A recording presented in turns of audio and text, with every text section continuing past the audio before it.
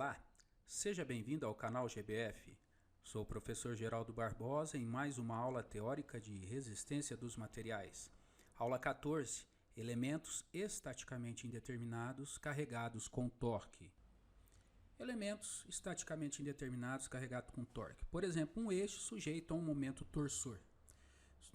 Para ele estar em equilíbrio, a resultante dos momentos em torno do eixo longitudinal tem que ser zero. Se aplicarmos essa equação, nós veremos que somente essa equação não permitirá que a gente calcule os valores desses torques em cada trecho da nossa estrutura.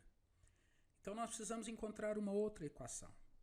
Quando as equações da estática não permitem calcular esses valores, dizemos que o sistema é estaticamente indeterminado. E no caso ele é estaticamente indeterminado e está carregado com torque, está sujeito a um torque. A equação que permite calcular esses torques, juntando com a equação de equilíbrio da estática, é conhecida como equação de compatibilidade. E ela pode ser obtida por meio da equação de torção, da equação de deformação.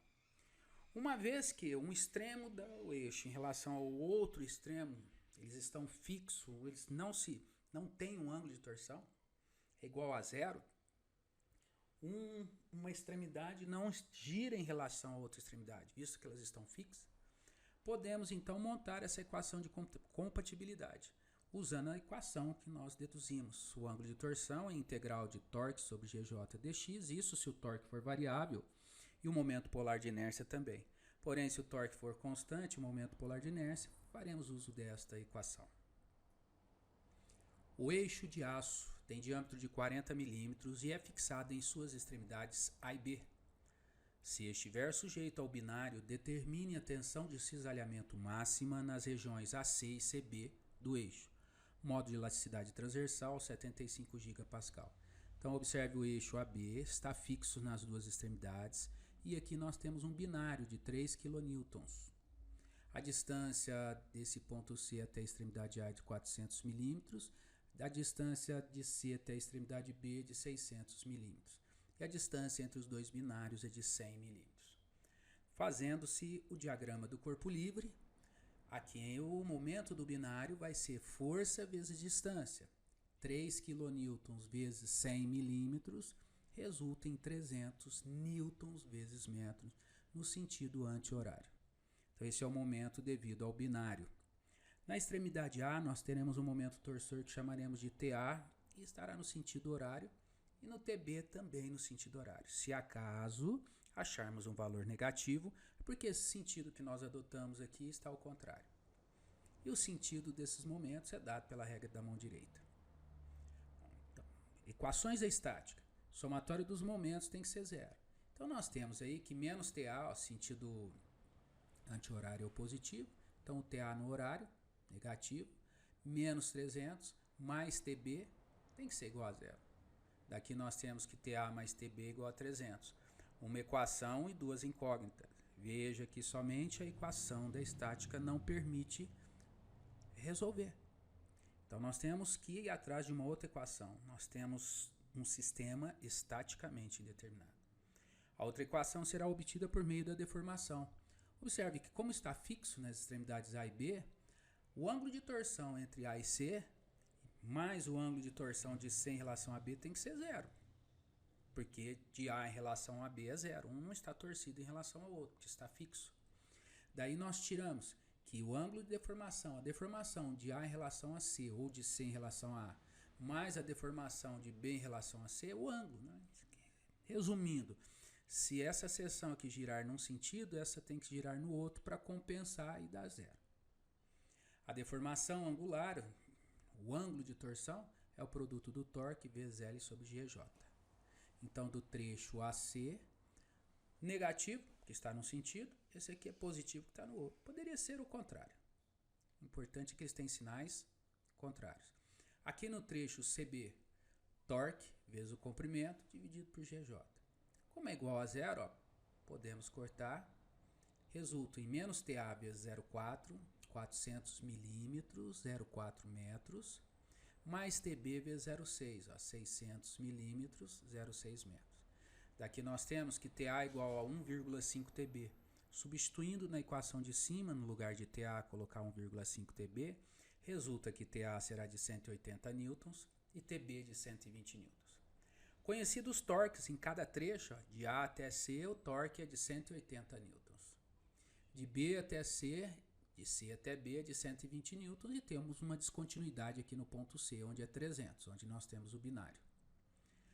Temos lá da fórmula do torsor que a tensão cisalhante máxima que vai aparecer nessas seções é igual ao torsor vezes C sobre J, onde C é o raio do eixo. No trecho AC, portanto, máxima tensão cisalhante vai ser o torsor que atua no trecho AC, que é igual a TA, que vale 180 newtons. O raio nós temos, foi dado, o raio aqui ele deu diâmetro 20, o raio vai ser diâmetro 40, o raio vai ser 20. E o momento polar de inércia, como é um eixo, é π vezes o raio à quarta dividido por 2. Cortando um raio com o outro, ó, vai dar raio ao cubo.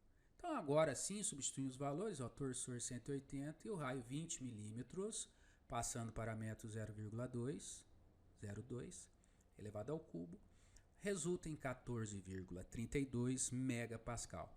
Essa é a máxima tensão cisalhante que vai aparecer no trecho AC. Agora no trecho CB, a máxima tensão cisalhante vai ser TC sobre J. A tensão cisalhante máxima nesse trecho vai ser o torque vezes o C sobre o J. 2 vezes o torque sobre π vezes C ao cubo. Ó. Cortou um C com um C e o 2 passou para cima. Momento polar de inércia, nós demonstramos isso na aula 10. Substituindo os valores, agora o torque no trecho CB, ó, chamamos de TB, 120, 2 vezes 120, e o raio é o mesmo. Resulta em 9,55 megapascal a máxima tensão cisalhante no trecho CB. Achamos o que o exercício pediu, né? Ele está pedindo determine a tensão cisalhamento máxima nas regiões AC e CB. Então, nas regiões AC, 14,32 megapascal e na região CB, 9,55 megapascal. Um motor produz um torque de 20 Newton vezes metro na engrenagem A. Se a engrenagem C for travada repentinamente, de modo que não gire, mas B puder girar livremente, determine o ângulo de torção de F em relação a E e de F em relação a D, do eixo de aço, cujo módulo de elasticidade transversal é 75 gigapascal, que tem um diâmetro interno de 30 milímetros e um diâmetro externo de 50 milímetros. Além disso, calcule a tensão de cisalhamento máxima absoluta no eixo. O eixo é apoiado em mancais em G e H. Então, observe aqui o motor. O motor transmite potência para essa engrenagem A, que por contato direto transmite potência para a engrenagem F. Se o contato é direto, a força em A é igual à força em F. A tem um raio de 30 milímetros e F tem um raio de 100 milímetros. Se essas forças são iguais, podemos escrever que o torque sobre o raio são iguais. Força é torque sobre raio. Torque em A, 20, foi dado. O raio de A, 30 milímetros. O torque na engrenagem F, não sabemos. E o raio da engrenagem F de 100 milímetros. Daí descobrimos que o torque na engrenagem F, que é igual ao torque nesse eixo, vai ser de 66,67 Newton vezes metros. Fazendo o diagrama do corpo livre, olha aqui, ó, a engrenagem F transmite esse torque para o eixo de 6,67 Newton vezes metros. Lá no ponto E foi travado. Se foi travado, vai aparecer um torque em sentido contrário de mesmo valor, zerando, dando o momento resultante, torque resultante igual a zero. E lá no ponto D, ó, de E até D não tem torque. Okay? O torque é zero. Daí, nós tiramos que a tensão cisalhante máxima, dada pela fórmula do torsor, vai ser o torque vezes C sobre J. O torque é 66,67, acabamos de achar. O C é 0,025 metros, 25 milímetros. 25 milímetros. Por que 25 milímetros? Porque é o raio. Tá? O raio que ele deu aqui desse eixo. Tá? O diâmetro é de 50, o diâmetro externo é 50, então o raio é de 25 milímetros, 0,25 metros. O momento polar de inércia, como é um tubo, vai ser π sobre 2, que multiplica C externo a quarta menos o C interno a quarta. O C externo 25 milímetros. Olha, o diâmetro é 50, o raio é 25. O interno, se o diâmetro é 30, o raio interno é 15 milímetros, só que passamos para metro. Tá? Resultando em 3,12 megapascal a tensão cisalhante máxima que vai aparecer nesse eixo. Essa é a máxima tensão cisalhante.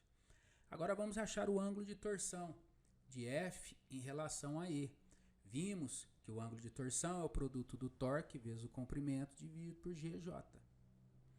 De F em relação a E, o torque nessa região de F até E é 66,67 vezes o comprimento de F até E, que é 0,6, 0,4 mais 0,2 dá 0,6, dividido pelo G, que é 75 gigapascal, 75 vezes 10 a nona, e o momento polar de inércia, π sobre 2, que multiplica raio externo a quarta, menos o raio interno a quarta, igualzinho nós fizemos anteriormente.